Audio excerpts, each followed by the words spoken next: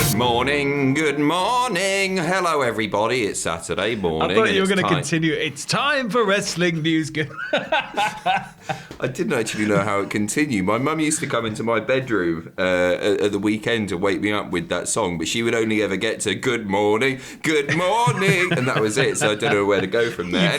You throw the cushion. Get out. Hope you're well. We're here with some wrestling news. Let's do it. A released WWE star has made his AEW debut. Keith Lee has broken his silence on social media. And an AEW champion has teased a huge interpromotional match. We'll get there in a bit. So we are kicking things off with some very exciting news indeed. A released WWE star, somebody who was let go from the company back in March after asking for his release. You see, you know who we're talking about. Andrade is all elite, and this is absolutely brilliant. I'm so excited. Sam, what happened on last night's Dynamite? So, during a Mark Henry interview segment, Mark Henry's also all elite now, and it was going to be this big moment with Tony Schiavone, like a bit of, not like a sit-down, but, like an in-ring thing. Out came Vicky Guerrero to a chorus of boos, of course, doing her usual excuse me shtick. But then through the wave of boos, she introduced an all-new signing to AEW, who, of course, as you said, turned out to be Andrade El Idolo. That is the name he is going under now. So Andrade is all elite. He slowly emerged from the tunnel, came down to the ring, all suited and booted, grabbed the mic and said, I used to say I am the face of Latinos, but today I am saying I will be the new face of all elite wrestling. This is massive. It is. I'm just so happy. I'm really happy. And it's totally out of left field as well, really, for him to pop up just last night. Especially with the whole Vicky Guerrero thing. I really like that. I've seen some criticism of it online, but Andrade is one of the best heels in the business. And if he is paired with Vicky Guerrero, nuclear. She's somebody that can get all the heat in the world with two words. So if he's paired with Vicky Guerrero, that to me insinuates that he's probably going to come in as a naughty man. And the potential for matches, like, I don't think we need to sit here and reel off dream matches in AEW. It's Andrade. It's a man that WWE royally ballsed up. To me, when they signed him and when he was doing his great stuff in NXT, I was like, okay, this is the Hispanic star that WWE has been looking for since Rey Mysterio, essentially. This is going to be the guy. And so to see him not be used especially effectively on the main roster, feels like we're saying the same sentences every day, doesn't it, Sam? Do you know what I mean?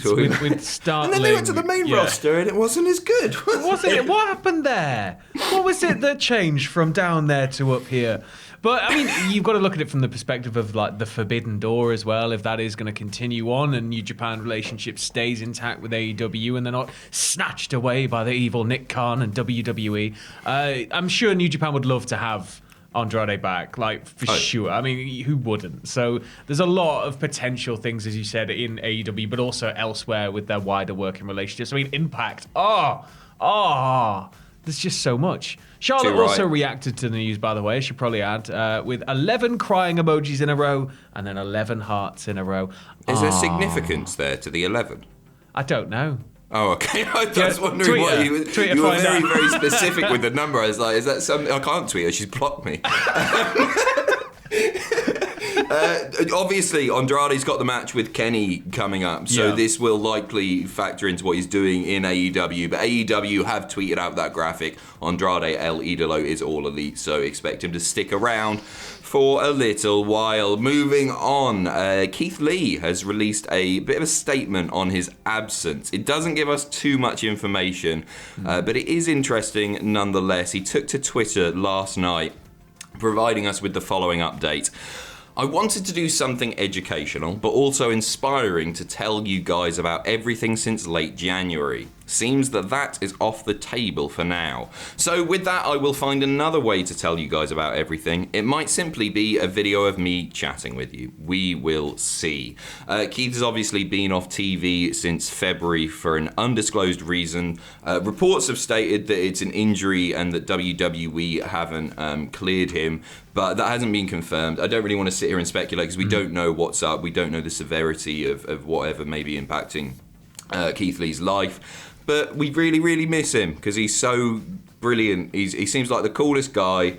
And I really do miss seeing him on our screens and look forward to hearing from him. And well wishes. Can't wait to see him when he's good to go. He's just one of the most charismatic stars going, and it's just a shame that we're not seeing him. And I think that the fan demand for answers on it and everything, it just shows how much he is loved and cared for by the fan base. But at the same time, we are going to have to just wait patiently. Totally. This is his life. It's his life and his decision business. when he wants to. Yeah, exactly. Yeah. Totally. So whenever he's ready and comfortable to talk about it, who knows what's up? But we will, I'm sure, find out in due course. Next up, we've got the origin of Vince McMahon's "This is good poo." S. This is good. You know what we're talking about with the little puppet and all that, right? This is such good. S. There you go. S.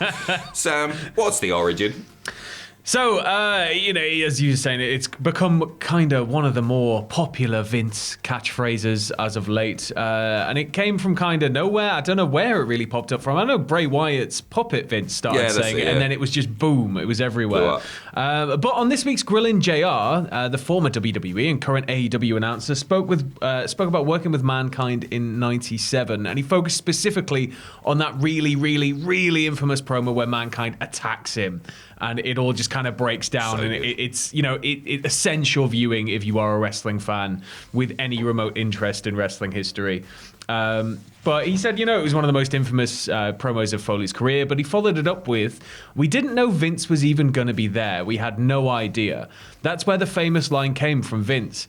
When we got to a certain stopping point and heard this voice, and it's unmistakably Vince saying, "This is good, S." At that point, Mick is made. He goes on to say, he sold the old man. Wouldn't know what Vince would think about it today if it happened fresh today.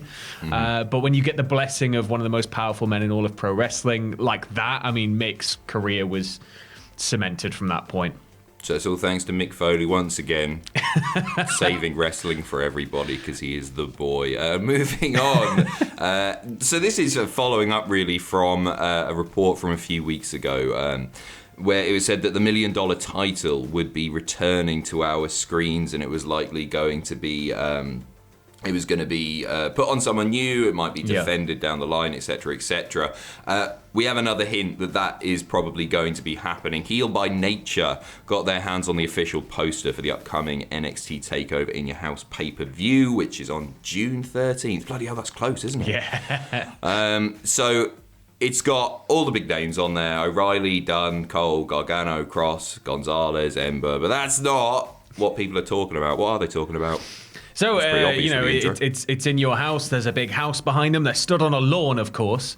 They should really make the entrance. They should make that entrance ramp a lawn, and all around the ring it should just be a white picket fence. They should really go all in. They should make you explain wrestling pay-per-view posters, Sam. Yeah, you got to set the scene. You've got to set the scene because it's front and center right there, but it's also kind of tucked away. There's a big house because it's in your house, of course. Of course, yeah. So there's, you got the white picket fence at the front, but draped over the white picket fence, and just kind of, it's in the middle, but just off. It's not the center of the poster is the $1 million championship, gleaming all sparkly in the sun on the front of the fence. Now, of course, we have Ted DiBiase, as you were saying, in and around the Cameron Grimes LA Knight situation. They've got a match there. It's probably going to be announced that it's for the belt, right? They're at odds. So, yeah, it makes sense for Grimes to maybe come in and take it away, or for, DiBiase to just be DiBiase and somehow screw him over and give it tonight. But it's great. Grimes and DiBiase just have the best chemistry. They're the most fun thing on NXT at the moment for me. So looking forward to seeing where that leads. And we are finishing with an AEW champion teasing a huge interpromotional match. The new AEW Women's Champion. She won the belt at Double or Nothing. Britt Baker has taken to Twitter what she said. So she reposted a piece of fan art which featured her in a match opposite the current Impact Wrestling Women's Champion Deonna Purrazzo. Purrazzo then retweeted the image herself with the caption, "Champ Besties." So, I mean, it'd be an amazing match. We know that the relationship's there between Impact and AEW. It doesn't necessarily have to be for the belt. You know, it could just be an exhibition match, unless AEW wants to go full scale with its belt collecting and just, you know, start taking all the belts from all of the other promotions. But either way, I think it could work quite nicely, and it could be something you could main event either a Dynamite with it, or you could give it some extra time and some build and build to a big pay-per-view moment for that. Sure, it's pay-per-view worthy, no doubt. I like it. I think with the Forbidden Door stuff and the AEW working relationship with Impact, and all of this stuff, it doesn't seem like it's benefited the women's roster nearly as much as it has benefited the men's side of things. So I'd be well up for that. They're two amazing wrestlers. Do you think she is happier with the fact she is AEW Women's Champion, or happier with the fact that McDonald's sent her 1,500 free Big Mac vouchers? What? Yeah. I haven't seen this. That happened. It happened before. I think before Dynamite last night. They'd sent it. Because she's like she's extolling the virtues of McDonald's. I think when other people were like, "No, we got to do Wendy's," and she like posted herself with a Big Mac. And they sent her like 15. We need to get in on this. We do. Come on, McDonald's, hit us up. I'm loving it. What else have we got to say? Durex. Please, I love your love leg sheaths, and I'd be send us some. Oh, God knows I need them. Right, we done. We could even get a Cultaholic flavoured one. Tastes like shame and sweat and coffee. Right, that's your lot. We'll be back for another news video in due course. Take care of yourselves. All the best. Goodbye. Bye.